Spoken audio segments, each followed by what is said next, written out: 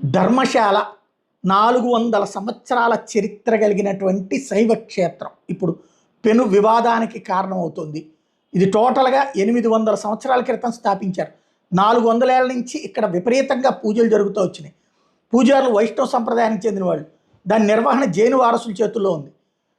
ఒక పారిశుధ్య కార్మికుడు నేను ఒంటి మీద బట్టలు లేని శరీరాల్ని, లైంగిక హింసకు గురైనట్టు కనిపించే దేహాల్ని నేనే ఖననం చేశాను, మాట్లాడితే చంపేస్తానని బెదిరించారు అంటూ ఏ ప్రదేశాల్లో శవాన్ని ఖననం చేశానో కూడా చెప్తున్నాడు, చూపిస్తానంటున్నాడు.